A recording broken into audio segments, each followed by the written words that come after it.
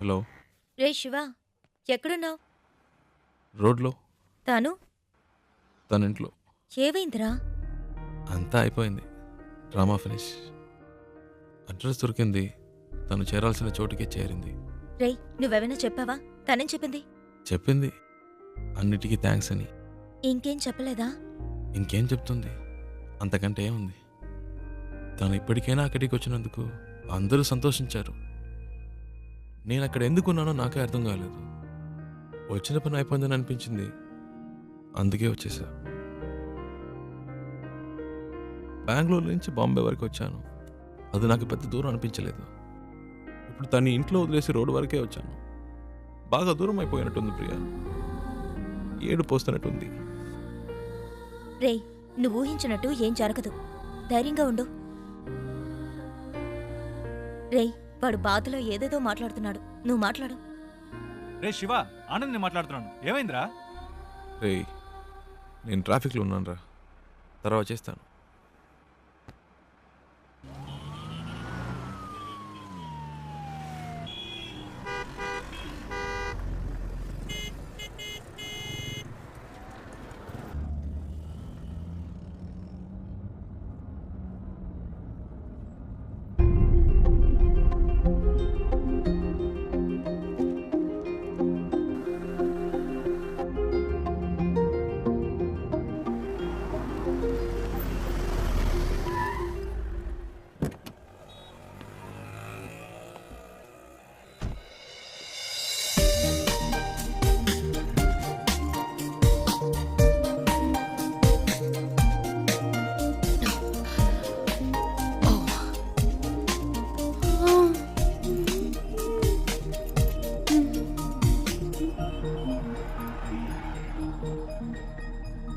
శివ, నువ్వు ఇంకా వెళ్ళలేదా?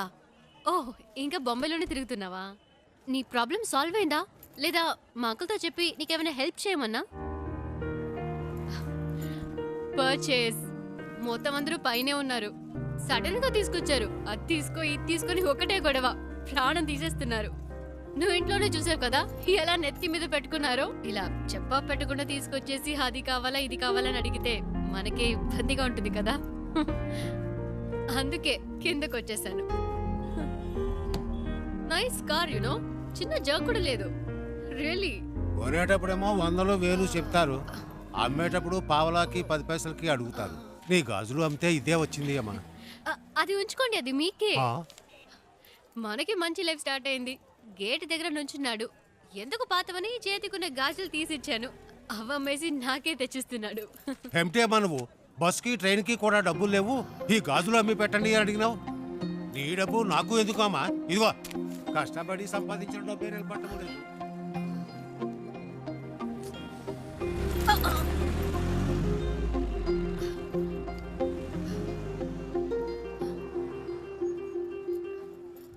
ఎప్పుడు లేనిది ఏంటి ఇది కొత్తగా? సడన్ గా ప్రేమ పొంకొచ్చిందా? లేచిపోయిన దానికి పుట్టిందే కదా. గుండెల మీద తన్నేసిపోయింది వీళ్ళమ్మ. ఇంకా కళ్ళ ముందు మెదులుతోంది. ఇప్పుడిప్పుడే కోలుకుంటున్నాం. మాకెప్పటికీ మనశ్శాంతి అనేది ఉండదా? మన కుటుంబ గౌరవాన్ని సంతోషాన్ని పాడు చేయడానికే దాపరించింది.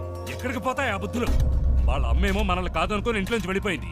ఇదేమో వాళ్ళ నాన్న ఏర్పాటు చేసిన పెళ్లి కాదనుకుని వచ్చేసింది. మమ్మల్ని క్షోభ పెట్టడం వల్లే దీనికి పరిస్థితి వచ్చింది. చెప్పేది వినరా, గట్టిగా అరవకు. దానికి వినపడుతుందేమో. వినపడాలనే మాట్లాడుతున్నాను. మన కుటుంబంలో దానికి చోట్లేదు. దానికి ఏదైనా చేయాలనుకుంటే వేరుగా ఉంచి చెయ్యి. లేదు అదే ముఖ్యం అనుకుంటే మమ్మల్ని వదిలేయి. మేము బయటికి వెళ్ళిపోతాం. మీరే నిర్ణయించుకోండి.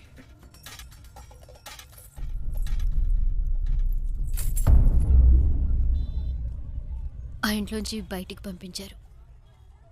వాళ్ళకి నచ్చలేదు. అమ్మ గురించి తప్పుగా మాట్లాడారు.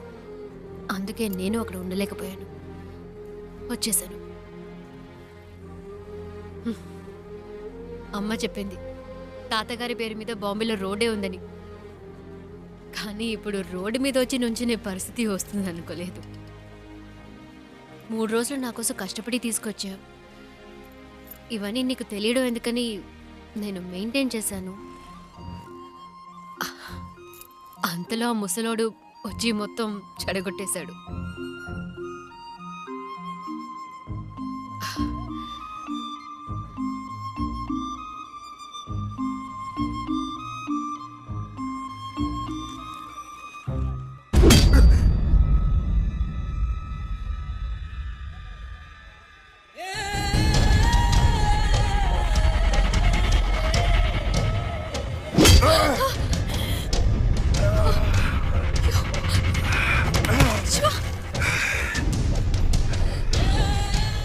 రోజు నా చేత రక్తం కక్కించావు. 6 నెలలు జైల్లో నేను చిప్ప కూడా తినేలా చేశావు.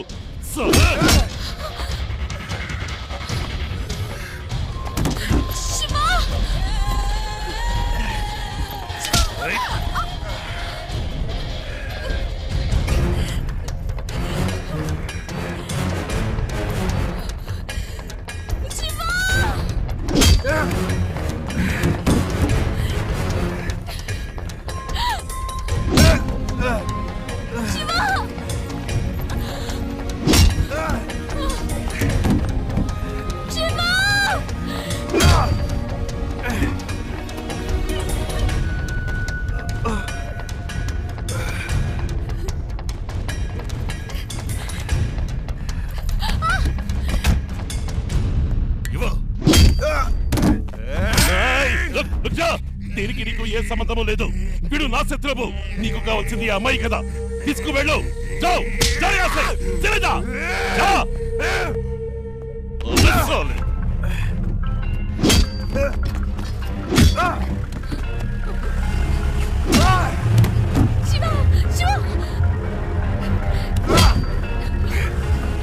రే చిన్న, మెల్లగా పోని.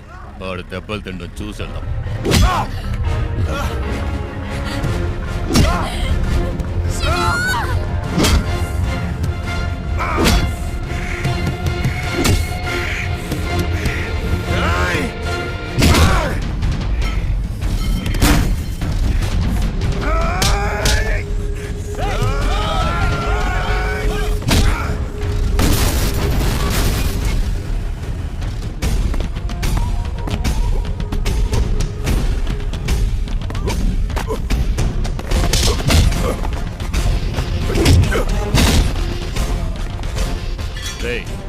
త్వరగా పోనీ.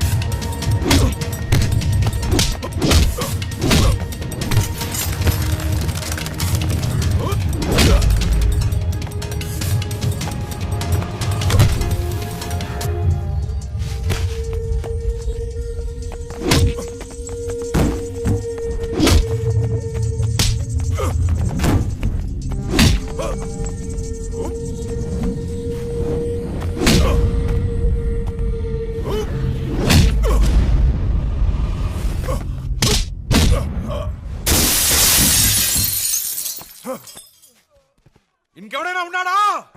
రా!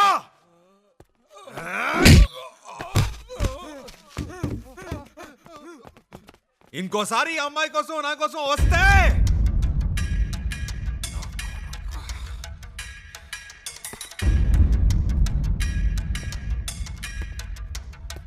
రా, ఇంకెవడొస్తారో చూస్తా.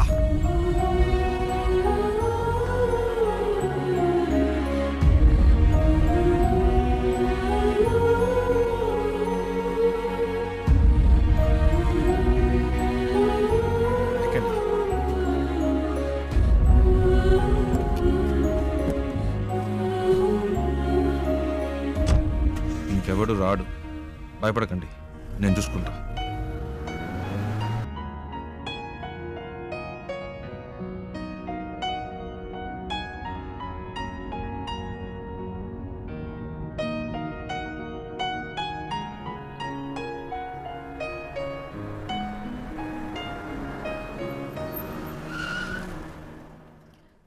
ఏమైంది శివ? అటు చూడండి.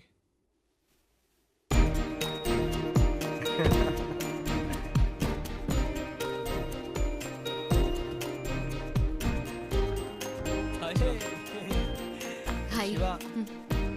రేయ్, చెప్పనే లేదు ఈ అమ్మాయితో కలిసి వస్తున్నావని. తెగ విసిగించాడండి. టార్చర్ తక్కువ లేకపోయాం. రేయ్, బెంగళూరులో మిమ్మల్ని మొదటిసారి బస్సులో చూసినప్పటి నుంచి మా ప్రాణం తీశాడు. బెంగళూరులో బస్సులో నన్ను చూసాడా?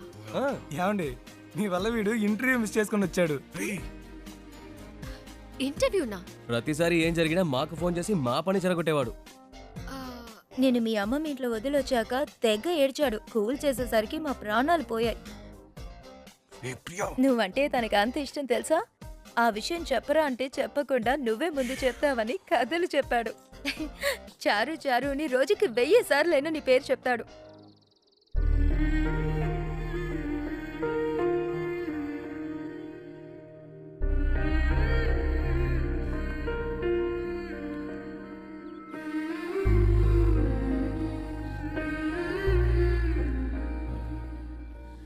అది వాళ్ళేదో తమాష్కి అలాంటిదేమీ లేదండి. నిజంగా మీరు ఏ ఇంకా ఎందుకు దాస్తావు?